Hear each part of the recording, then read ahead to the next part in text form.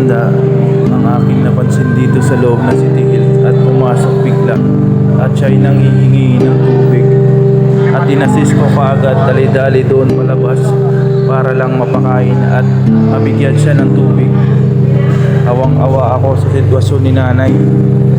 Kung sino man ang mga kamag-anak nito o kung wala man magkukukup sa kanya, sana matulungan po natin siya.